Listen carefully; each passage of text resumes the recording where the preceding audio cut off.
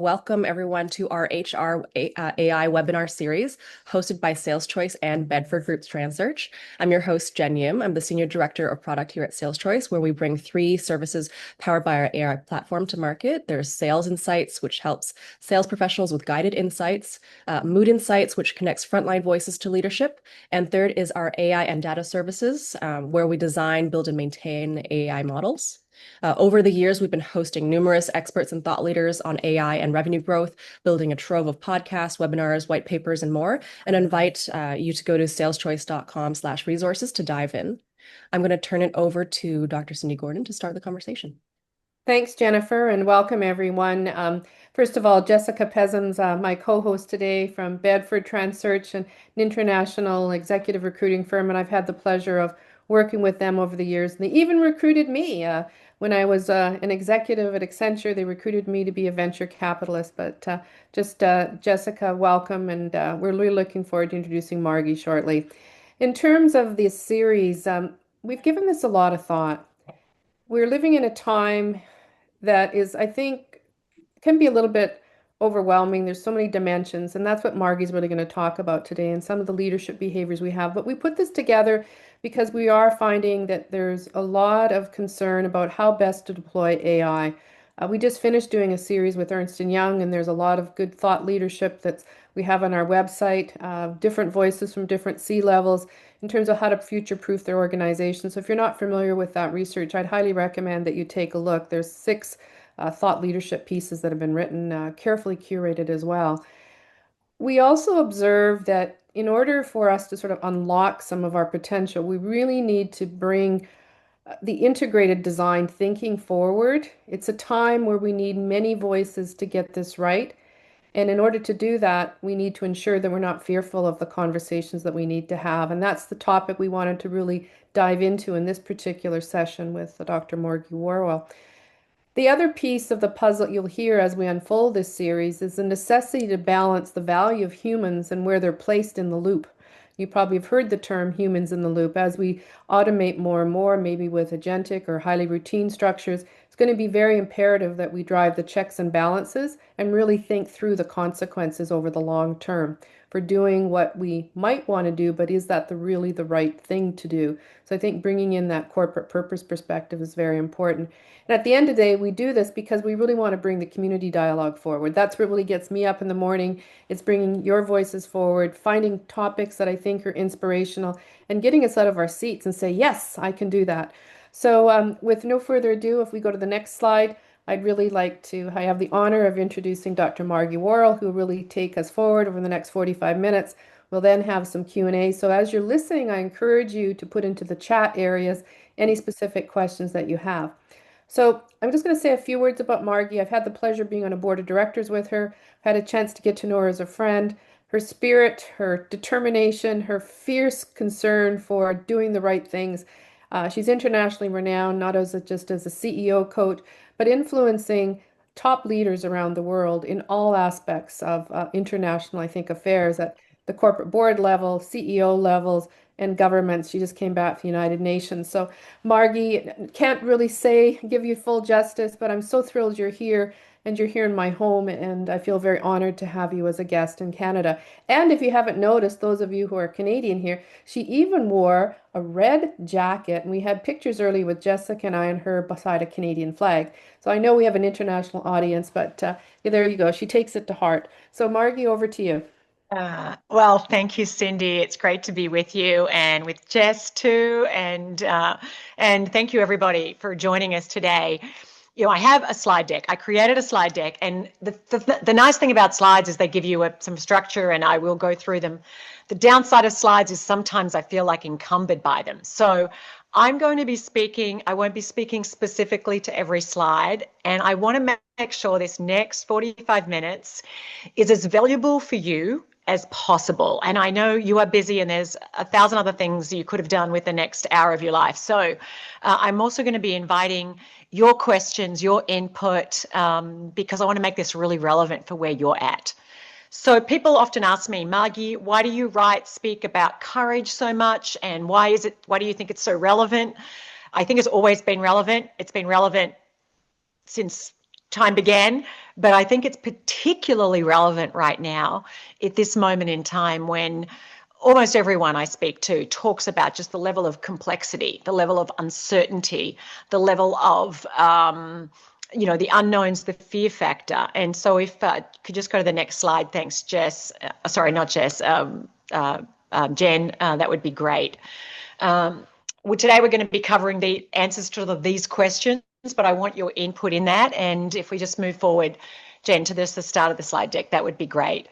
So this idea of a courage gap is one that inspired my latest book, because so often, and you've probably had this experience yourself, where I should do something, I should have a conversation, I should speak up, push back, put myself out there in some way, and yet you may hold back, you hesitate, like, oh, I procrastinate, let me just wait until I'm a little more sure.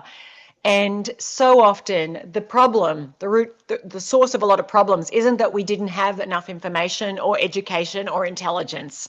It's not that we didn't know what to do, it's that we didn't act on what we knew.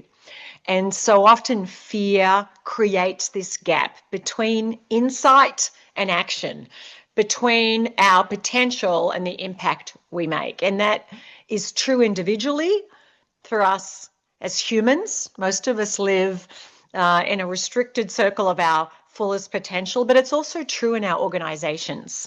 And when it comes to whether it's Gen AI or any emerging technology, or frankly, so many of the different opportunities / problems that we're dealing with, fear often undermines effective decision-making. Fear itself, which is obviously the most primal of human emotions, can undermine it. And it takes courage to move forward amid the fears, amid the unknowns. And so it's probably worthwhile just giving a working definition of courage, which is taking action in the presence of fear and in the presence of risk, real or perceived. And I say that word perceived because sometimes what holds us back isn't that it's so dangerous, it's our perception of the risks. And sometimes, some people are a lot more anxious than they need to be.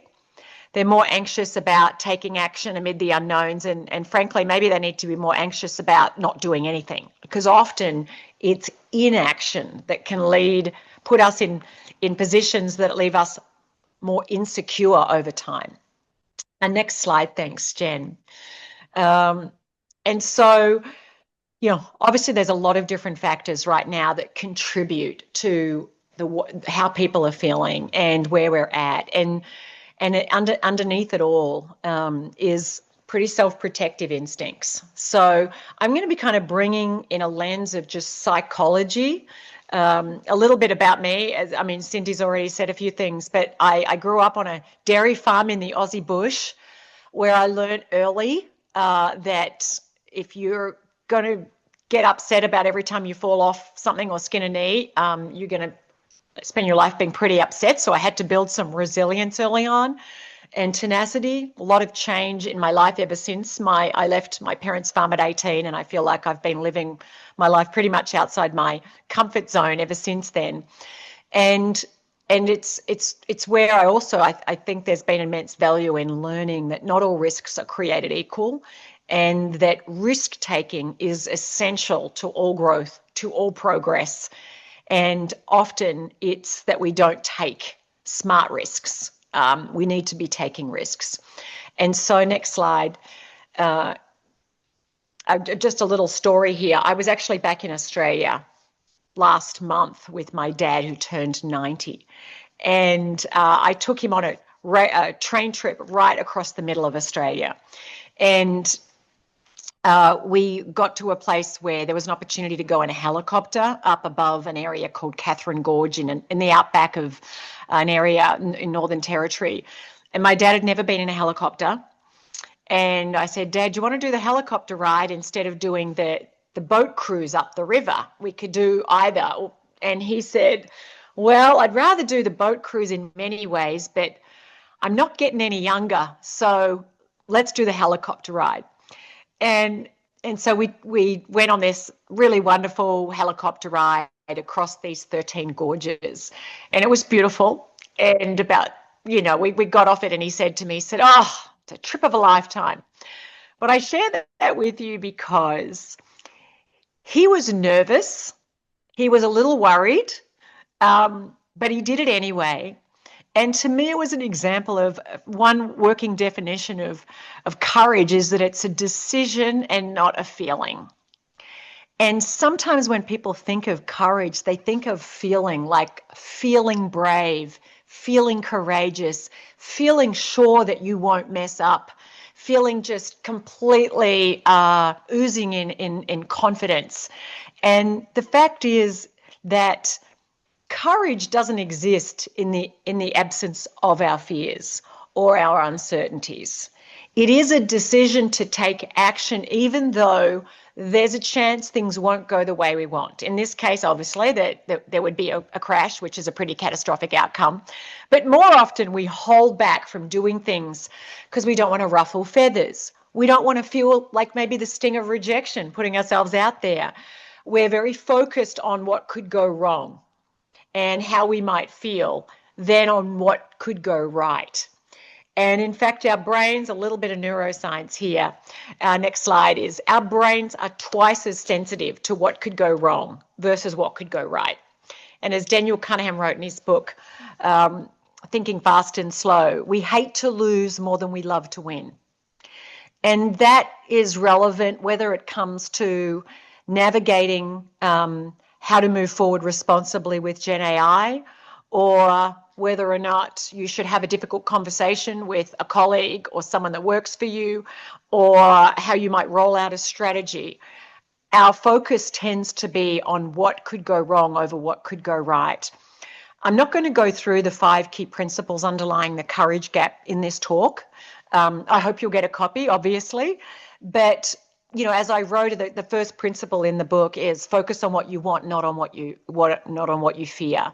Because in the absence of being clear about a positive future outcome, our brains are going to default to a potential negative outcome, to what could go wrong.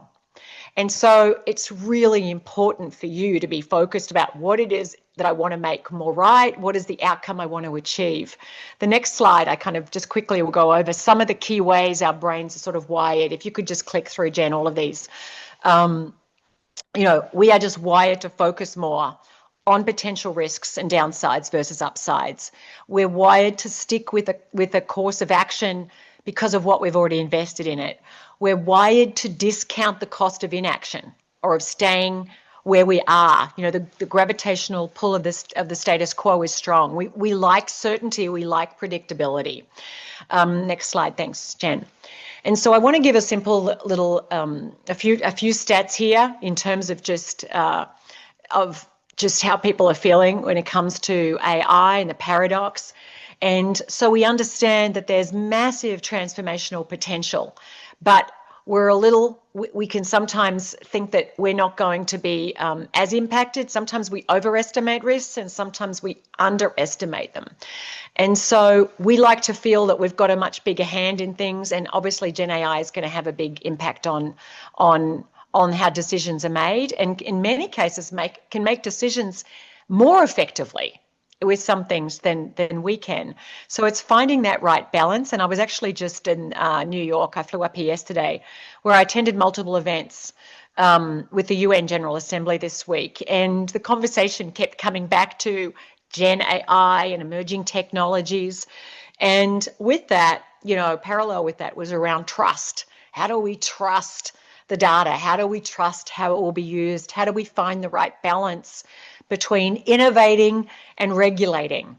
And I am not a technology expert, but the biggest source of risk actually isn't in the technology. It is in us and how we identify, mitigate, and manage it.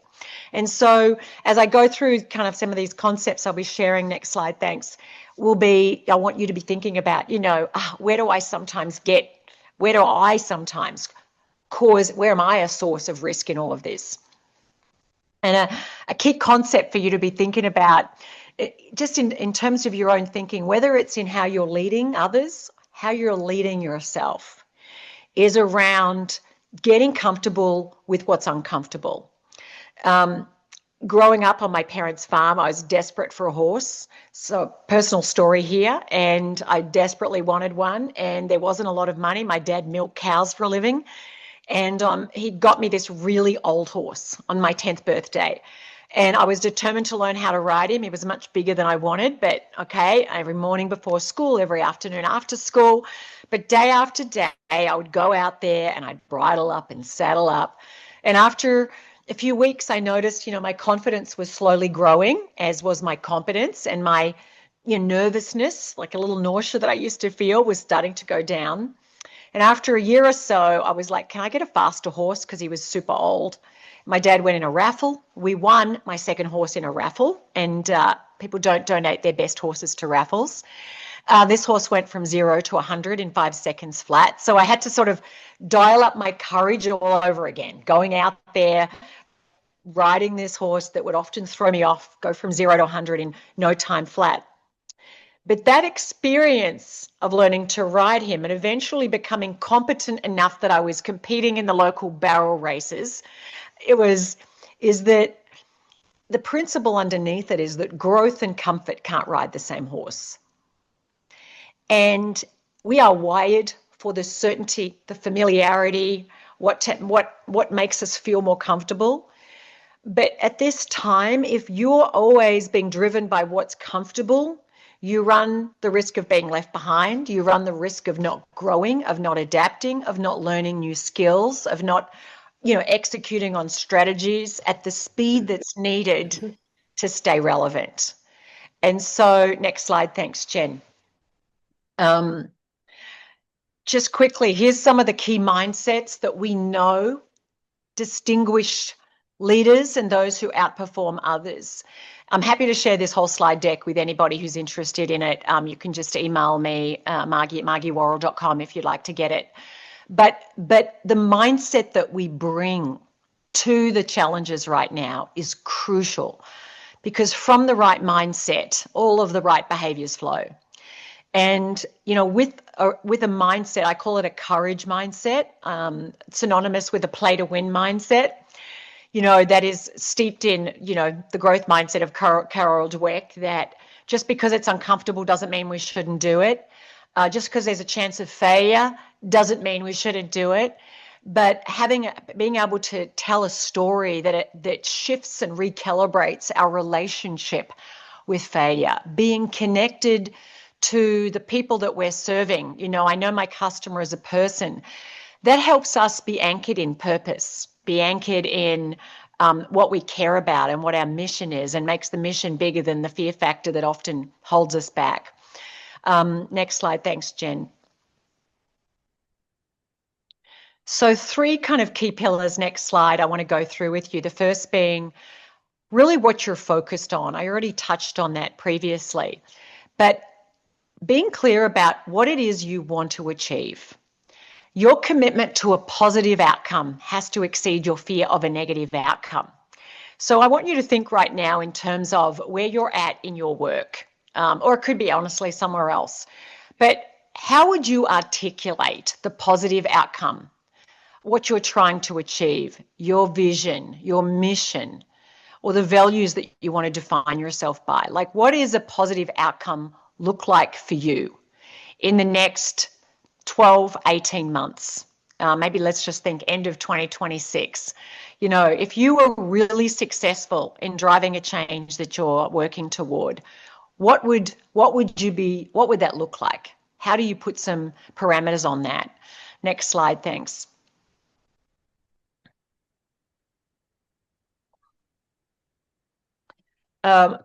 This photo here, you might be thinking, what is that all about? I actually live really close to Washington, D.C., and you might not know this, but George Washington decided he wanted Washington, D.C. to be close to where he had a large farm. He was a businessman, and the cornerstone where he stood and said, let's do it here, is actually in Virginia, because it originally incorporated Virginia, and I live in Old Town Alexandria, just across the river from DC. And that stone is the cornerstone for this new District of Columbia. And I love that, because for anything to be created, it first has to be imagined. And that means that we need to be operating from a place of vision of going, what is it I would love to create? What is a future state I want to work toward that's not only inspiring to me, but from a leadership lens that I can bring others along board with. So it's not operating from a place of this is where we are now. Like right now, there's a lot of things that aren't the way we like them, and people can get really stuck in that place. There's what's likely to happen. We do our forecast. What's the future likely to look like? But leading from a place of possibility. What is a future state we would love to create? Next slide. And so for you, having that clarity of vision can make a real difference to yourself. It provides that North Star of what you're moving toward. The second kind of key thing for you to be thinking about is one is your focus. What are you focused on? Secondly is the belief systems that you're operating from. And beliefs are the operating system of behavior. Whatever we're telling ourselves is true, based on the assumptions we have, are going to drive the actions that we take. And so often we're operating off mental maps that are out of date or that are incomplete. We are buying into belief systems. We're telling ourselves a story about how things are that isn't necessarily true. And so next slide, thanks. But often we have an inflated sense of confidence in the rightness of what we believe is true. And it was Alvin Toffler, the futurist, who once said, those who are going to shape the future are not the smartest, they're not the most learned, they're those who've learned, how to unlearn, and how to relearn. And so that's easier said than done, because our brains are wired to look for evidence of why we're right and to dismiss and discount evidence of why we could be wrong. And so to just be really proactive in constantly pressure testing your assumptions of what you hold to be true. I'm curious to know, I'd like people to put it into the chat. As you look back, you think back 10 years ago, what was an assumption you were operating from about how things would unfold in the future that you can look back now and go, that was wrong? Or what do I wished I'd challenged about, in terms of something I believe to be true? I mean, I wished I'd bought NVIDIA stock. We often get things wrong, right? And you can't live with the benefit of hindsight.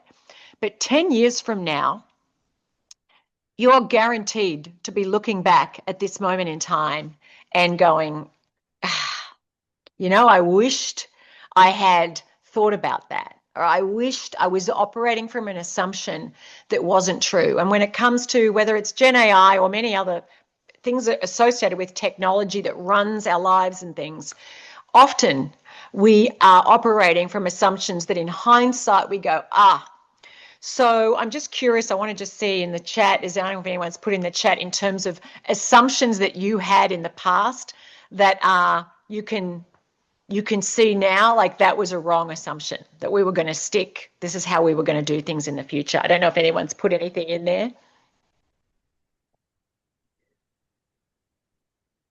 We have some messages, but not about this particular question yet. Okay, no problem. We'll just keep moving. Thanks, Jen. So just a very simple little model here is, for you, as you think about a problem you're dealing with right now, just ask yourself, what is it I'm telling myself about this problem? And by the way, it could be a problem person. I'm curious if people would just pop into the chat. If you think about what's something that you're finding to be a particularly big problem or challenge right now that you're dealing with? What's something that's causing you some level of stress, or certainly that you're not feeling really good about, you're not feeling confident about, positive about? Anyone want to it doesn't have to be specific. It could be something more generally. I'd just love to see what kind of problems are you dealing with right now? One participant messaged, let me just see. She mentioned that her experience so far isn't like, how do we trust the data, but that she finds that the leadership is automatically putting too much trust in the data without validating the information. And it's leading to lazy, incomplete, or inaccurate results that decisions get based on. Got it. Okay, great. That's good. Thank you for whoever put that in there. And so, and that may well be true. And so, and what I'd be curious with those people who are doing that, even how can you influence change with those people? Who is it that you can influence? What's within your control? What's outside your control? What's within your circle of influence? What conversations could you be having to perhaps help others see things from your perspective? But when it comes to so often when I'm coaching people, there'll be assumptions, there'll be stories, there'll be a narrative that's hemming in the actions they're taking. And what we tell ourselves impacts how we feel, and our emotions are what drive action, not intellect. That's why you've probably encountered plenty of smart people who do dumb things. And so just constantly challenging the beliefs that we hold to be true and asking yourself, what's another way I could be looking at this? What is it that, how could I be approaching this that might expand the different ways I'm thinking about addressing it versus there's no way known you can do this versus like what's one thing I could do to help people see things through a different lens? What's a conversation I could have here? When it comes to Gen AI, for instance, sometimes people overestimate the risks, and whoever wrote that comment, sometimes people underestimate the risks. And when it comes to novel things, and Gen AI is so new, we often go one way or the other because we don't know. I mean, none of us actually really know exactly all of the sources of risk, and I'm obviously not the expert in Gen AI. There's many different sources of risk that could be entered in, but also how to mitigate them. What should our risk tolerance be? How much do we just have to tolerate that? Yes. What do good guardrails look like? Where are we being too regulated in our guardrails? Where are we being too not putting sufficient guardrails in? And you need to have and you having a voice in that. How can you shape that conversation? And that may be part of that, maybe like what the story you're telling yourself about your role in shaping that conversation too. Next slide. Thank you. The final point I want to make here and is around the action that we taking effective action. Because at the end of the day, there's what we're focused on, there's the belief we have about it, and then there's the actions we're taking, which is these sort of the three-part pillar. What is it that you're putting your attention onto? What is it that what are the assumptions you're operating from that are guiding the actions you're taking or not taking? And what are the actions that you're taking or not taking? And when there's a lot of uncertainty, we often err to holding back and to cautiousness because we're waiting for the fog to clear before we move forward. And it's a basic kind of principle in war that, in the midst of battle, it's safer to run left or right than it is to stand still. And our brains will always convince us why not doing anything might be the best thing to do. Like, don't do something, like the play not to lose versus play to win. But actually not doing anything, when we're not taking action, we're not getting the feedback, we're not learning anything. And right now in the midst of a time of so much change, how fast you learn individually, but how fast you learn collectively is in itself a source of competitive edge, is in itself a business strategy. Unlocking and accelerating the pace of learning is a business strategy right now. Next slide, thank you.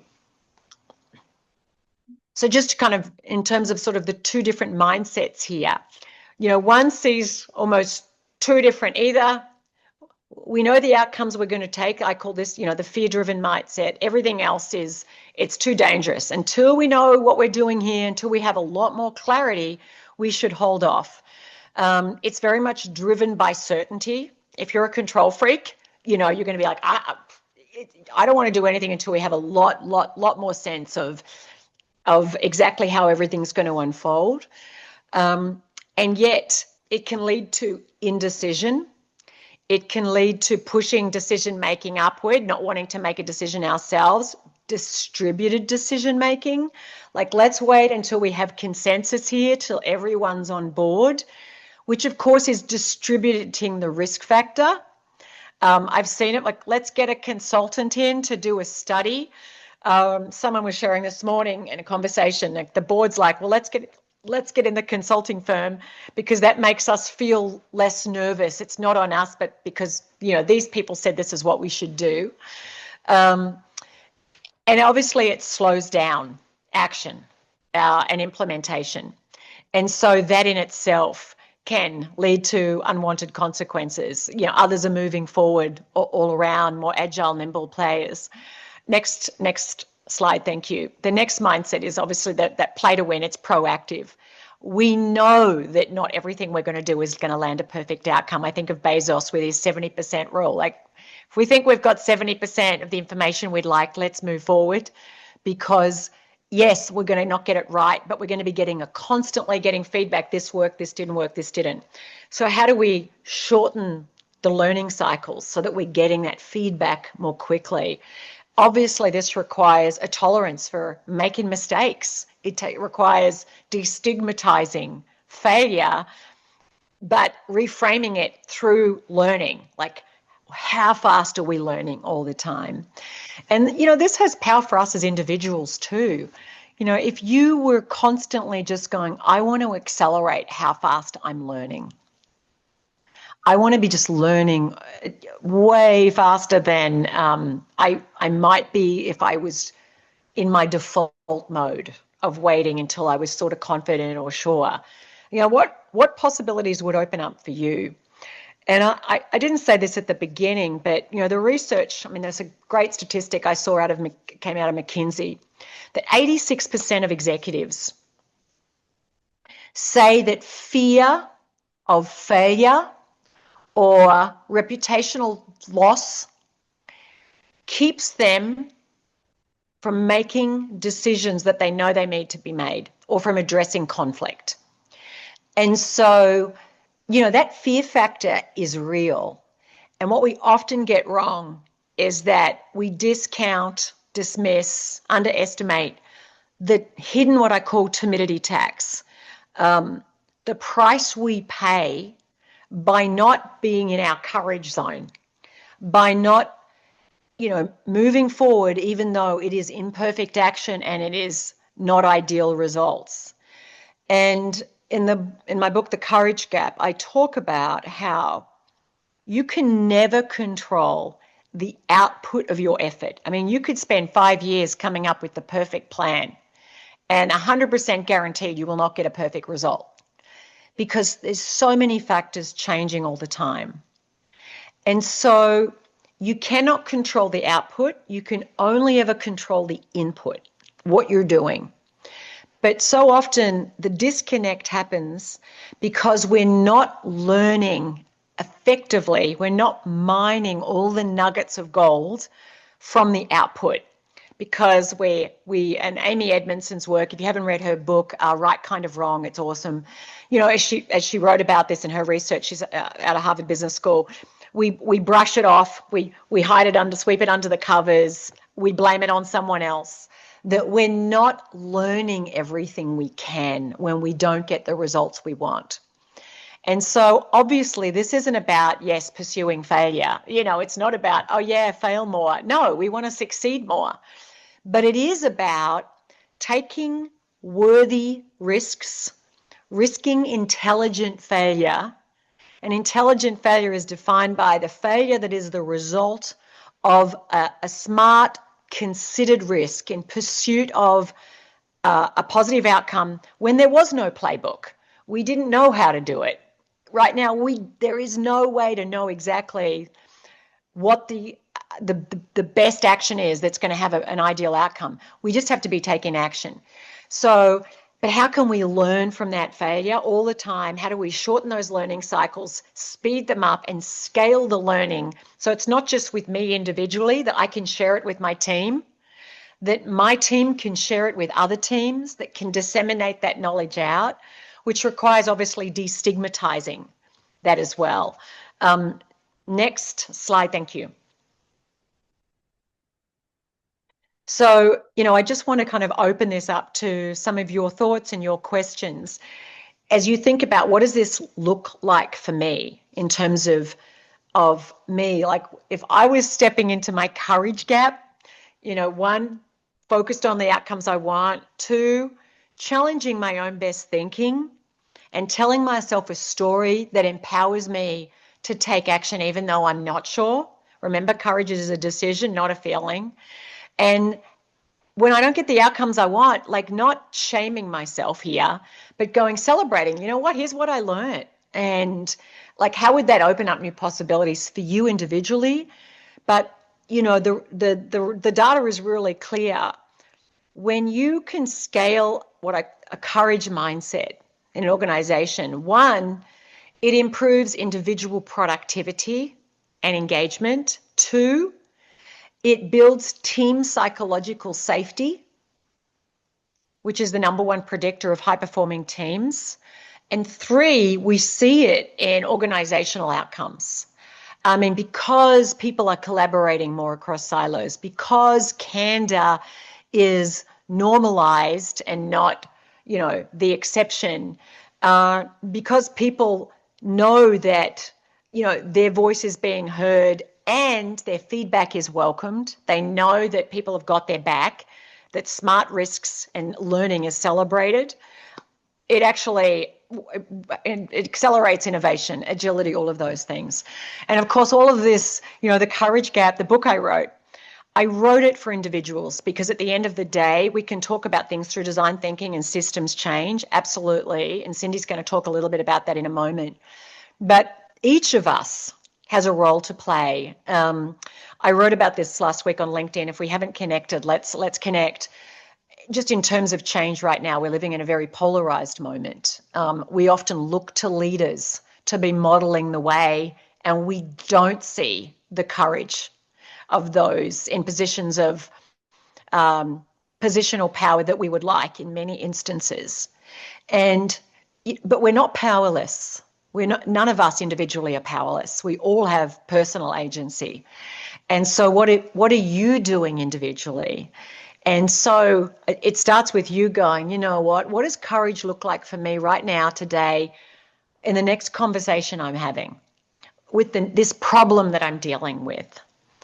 Where do I need to lean in, even though my brain is telling me, my very self-protective instincts are telling me, say nothing, do nothing, sit it out. But, where is this an opportunity for you to grow in your own leadership?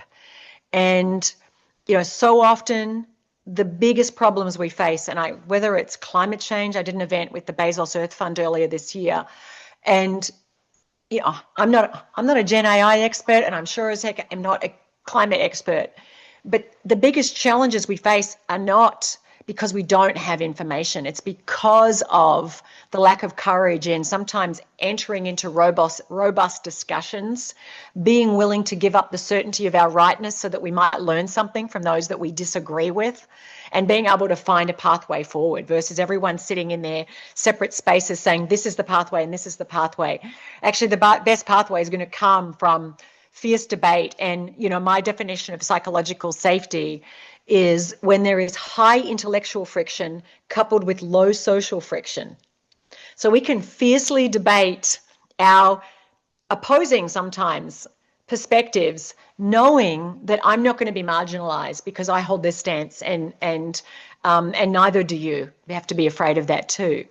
And so, but we each have a role to play with that too. We each have a role to play in creating that safety, because it's not just about what leaders do. Everyone on a team has a role to play in making others feel safe to express a dissenting view. I want to say, I got it wrong, or I'm not quite sure I know what I'm doing. Can someone help me? So with that, I know, Cindy, you obviously have extraordinary insight into the technology here. And when it comes to fostering, the environment and the cultural conditions for people to step up and to engage in the conversations and to take the action. Right now things are moving so fast. We don't need lagging indicators. We need leading indicators. We need ways to, how do we identify early on that we have a problem here, that fear is driving decisions, that fear is keeping people from speaking up and innovating and adapting at the speed needed. And so I just want to pass it over to you to share some of what you're doing. Well, Margie, there's so many questions that I know that we all want to ask you, but let me just put in a few points here in terms of what we've talked about on the courage. And I think the key takeaway is courage is not a feeling, it's a decision to take action. And so I really hope that everybody understands that I think that one of the main takeaways. But just to put in context a little bit, when we're talking about how we're feeling, there's a few perspectives that I just want to briefly share. First, Scott Peck said something I think quite enlightening a few years ago. He said, emotional sickness is avoiding reality at any cost, which kind of underscores the fear factor, right?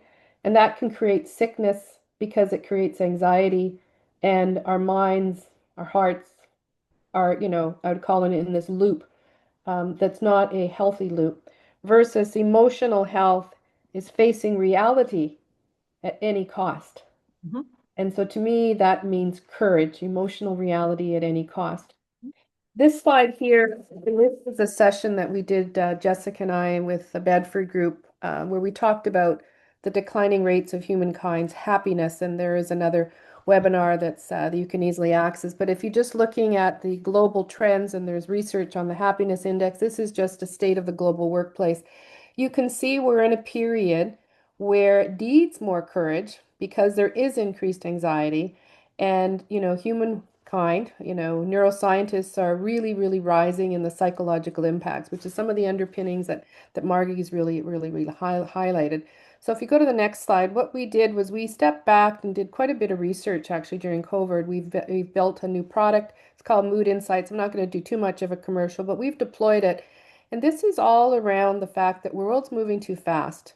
And when you wake up in the morning and you have a chance to just reflect on how you feel and are honest with yourself and take action to move to a better state, you're not only a high performer, you also are ensuring that you're creating that safe perspective. And obviously, a culture can create that safe perspective. So here's a way where, on a daily basis, if you go to the next slide, employees can check in honestly, privately, using some AI techniques just to check in and see how they're feeling. And the next slide here, one of the things we've learned is nobody's got time to fill out any time soon, like these 50 questions or 60 questions, right? So if you look at the history of some of our HR practices, and not to say that they're going to disappear, but they're lagging indicators. They happen maybe once a year. Some organizations do twice a year, or they'll do a pulse survey. It's still too slow. The reality is that the generation that we have coming in, the Gen Zs, not sure we're going to call the next cohort, before then. But the reality is that the speed we're moving at, we can be listening and having courageous conversations all the time. And so it's a safe way to look at emerging trends, emerging patterns, and having the dialogue. So it's still early days for us, but we've got a number of accounts, both government crown corporations now using it, and also not-for-profits, and then also we've had some deployments in some publicly traded companies. So just be aware that I think there's some timing movements to get more insights. And one of the things Margie and I were talking about is, could we, through looking at the patterns, actually with the clusters, determine the courage quotient? And I do believe with NLP, natural language processing, and some of the innovations, we can actually look at the dialogue that's happening in real time and start to stratify that, not just in the sentiment level, positive or negative, but actually looking at the word clusters. And so it's an interesting time where some of these technologies can give us patterning recognition, at also the same time keeping the anonymity and the safety, the psychological safety, which is so important to work. So next slide, Jen, and then we'll go right to Q&A. But we just wanted to indicate that there's ways of creating these bridges, in terms of new innovation. So Thanks, Margie. And we'll open it up, Jennifer. I know you've got no doubt a number of questions, but let's turn it Mhm. over to you and hear what our audience today has to ask of Margie. But thank you. Sounds good.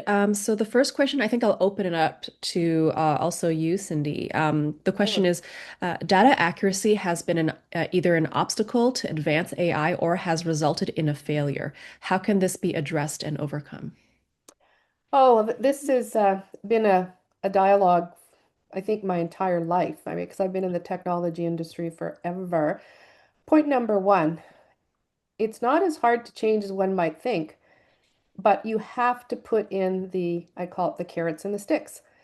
Humans are very, very good when they know there's clarity of what they need to do. So, for an organization to take this seriously, they have to modify their job descriptions. They have to have measurement systems. They have to have visualizations that actually track the data in real time. And we've done that with one of our software products, and we've gotten to actually 99% adoption level of Salesforce because of some of these other techniques. So what I'm highlighting here is if you're going to change a culture, you got to deal with the culture, right? There's norms, there's behaviors, there's rituals, and it's really a lot of deep digging. The whole point about data quality has been going on, but recognize humans input the data, right? Or if they aren't inputting the data, what are those sources that we're getting and all those cleansing aspects? So I do see us getting this right over the next 10 years. Organizations are finally cluing in. And I say finally because they understand if they don't get data quality right, they can't get AI right. Yes, you can get synthetic data, for those of you that are the Geek Squad, but that's not going to deal with the other realities. And I think the most important point, and this isn't talked about enough, and it's really sad.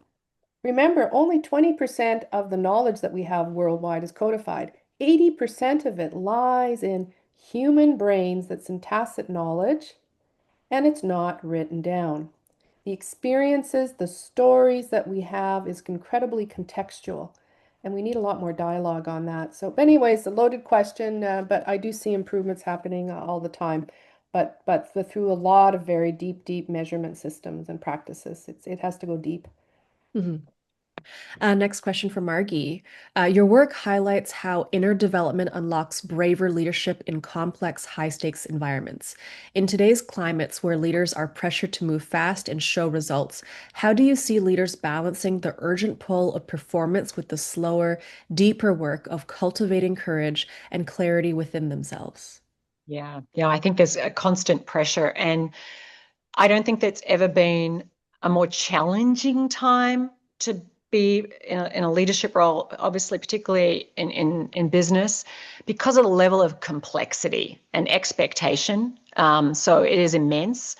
And there's I kind of think it as a virtuous cycle between performing, delivering results now, while also transforming their teams and organizations to thrive into the future. So there's a polarity there. There's this constant pull, and they've got to navigate that. And I've long believed that how effectively we lead others is going to be determined by how we're leading ourselves. And so a lot of the work that I do with people in big roles with immense pressures on them and a lot of competing priorities is to help them cultivate the practices, the rituals, the habits that allow them to bring their best selves to work daily and deal with the many, many headwinds they're dealing with and the pressures, etc. And so to answer that, I think just starting with yourself, like what is it I need for myself to make sure I'm continually resetting and recharging and renewing and being very anchored in the core values and the vision that I have. And just a little simple habit that, a little kind of, I guess, a habit, a principle is putting who before do. Like getting clarity of the kind of leader that you need to be right now. Who is it that you need to be to meet the challenges of this moment? And even just a couple of little phrases or words that help you anchor in the values, the traits of the kind of leader you want to be, and using that as a North Star as you're going through things. In 2020, I wrote an article. It was based on some research. I think it was from McKinsey about, in the midst of crises, leaders need to be practicing deliberate calm and unbounded optimism. But leaders need to be the thermostat. You set the temperature. You don't read the temperature. How you show up is going to impact other people around you. The level of optimism that you bring, the calm that you bring. So if you're anxious and wound up and overwhelmed, that's going to have a ripple effect on your team, cascading across. And so really being very, very intentional and deliberate in what you do daily, weekly, monthly, that allows you to be resetting that way. That comes down to the small little things that no one else might see, whether that's exercise or meditation or reading or how you manage your time and manage your calendar. But that helps you show up, putting that who before do. And when we're anchored in who we want to be and we're showing up that way, it clarifies and empowers us to do the things that need to be done, and also balance that short-term pressure with longer-term vision too. That's always going to be competing, but navigating that wisely with discernment. We can't be doing that if we're in a stressed out state, because that short-term urgency otherwise is always going to pull and always going to drive decision-making, which can be to the massive detriment of the longer term. And something I just heard the other day with that, in terms of just Gen AI, there's obviously a lot of, I've heard organizations, let's get rid of, all of our young graduates. The roles they were doing were relatively menial. We can outsource all of that to AI. Well, that's very short-term focus, because those graduates are going to be running in the management roles in 5 and 10 years, maybe running the company in 15 or 20 years. What are the skills they need to be learning that, yes, maybe completely be outsourced to AI, but they're important skills in their own development. So we need to be balancing. Just because we can outsource something cheap to save a lot of money, is that actually just too short-term focused at the cost of the longer-term growth benefit? Thanks, Margie. The next question is, what do you see as the number one courage killer in organizations? Great question. Number one courage killer. I would say any manager or leader who is operating from fear, that shuts down candor. Anyone who is shutting down candor, truth-telling, just whether it's giving upward feedback, whether it's saying, I don't know, whether it's saying, I disagree, anytime you're shutting that down, you are depriving everybody of the value of what that perspective might be, but it also sends a message to everybody else. It's not worth it. It's not worth it. So how people in any sort of management or any position of authority are responding to candor, truth-telling, is going to have a very big ripple effect across a team and more broadly again. And that just crushes it for everybody else, because people are watching and they're going, okay, maybe that was a stupid question that someone asked, but that person, you could see from the way that the manager responded to it, like, maybe they did say ask a stupid question, but maybe my question was a really good question, but I'm not going to ask it because I don't want to have someone eye roll at me. So, or say something that will make me feel a little bit smaller, or that might hurt my standing in the group. And so that, I think, is the biggest courage crusher. Mm-hmm. Margie, in your view, what is the most urgent courage gap leaders need to close right now if we're serious about creating a better future? Honestly, it is them role modeling humanity, vulnerability, and courage. And vulnerability is the number one measure of courage anyway. I mean, to quote Brené Brown. So I think leaders need to be stepping into that gap. They need to be sharing with others why they're doing things, and sharing, like, this isn't necessarily comfortable for me, but it's really important that they're leading from their values and not emotions. I think we're looking to leaders. We want to see that they are leading from their values and not leading from self-protection. And that helps to create the safety for others too. I think there's a lot of people right now are feeling anxious. They're feeling overwhelmed. And we really want to see others acting from what they know is the right thing to do and not just the safe thing to do. And yes, those at the top, you could argue the stakes are high and they have further to fall, but I would argue the stakes are high and there is much to be gained from role modeling, the character, the courage, and just the decency that we want to see in leaders today. Okay. And I think we'll do this as the last question. If you were an executive at Disney, what are your views on courage under pressure? Obviously, when you're talking about Jimmy Kimmel, we're talking about Disney here. So I would say the decision that led to taking Jimmy Kimmel off air was made because leaders were trying to acquiesce and keep certain powers happy. But then under enormous pressure, they decided to reverse their decision. I think it speaks to a lack of solid North Star to begin with, that they were moving with which way the wind seemed to be blowing the hardest in the moment.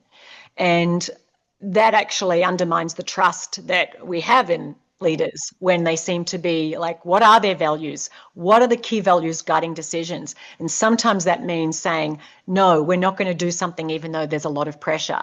And so I would be inviting the leaders at Disney to get real clarity on the values and the guiding principles around how they make decisions so that they can stand firm sometime when there's a lot of pressure coming at them, and that they're not moving one way or another, which ultimately undermines trust, but from all sides, whatever your stance is. Great. Thanks. And I think that's all of the questions. We're almost at time. Okay, wonderful. Well, Margie, just wanted to thank you so much for such a compelling and inspiring and practical session, really on closing the courage gap. I just thought that your insights on moving from intention to action and normalizing discomfort and creating conditions for brave conversations, they're really going to stay with me, and I think that they'll stay with this audience. I think that what really resonated is that courage is a choice that we practice. It's not a trait that we either do or do not have. It's a muscle that we need to work. And that progress is going to start with small, consistent acts. So, naming a risk or inviting somebody to provide feedback, and moving through despite that uncertainty. So to everyone who joined today, I actually encourage you to take one courageous step this week, either for yourself or for your teams or your culture. Have that difficult conversation, support a bolder idea, give feedback that's going to help somebody grow. I think that's what we should all take away from this. And on behalf of Bedford and SalesChoice, I wanted to thank you again, Margie, for equipping us with the language and tools and confidence to lead with courage. And I wanted to thank our audience for your time and for your engagement and your insightful questions. Margie, if the audience wants to purchase your book or learn a little bit more, can you just tell us about the places that they can find you? I mean, some of them are on the screen. Oh, yeah, you bet. Well, I know the Courage Gap for those who are, it's on Amazon Canada and Amazon US, and honestly, wherever good books are sold, you can order a copy of it. So yes, I would obviously welcome you to do that. And I did narrate it as well in case you're an audiobook fan. And it's also obviously on Kindle, and just welcome people to connect, whether on LinkedIn or tune into, if you're a podcaster listener, just I have a Live Brave podcast and I have a whole series around the book on that too. Fantastic. And I'd also like to chime in and thank everyone for joining us today. And if you are looking for more thought leadership resources, head on over to saleschoice.com/resources. Thanks all.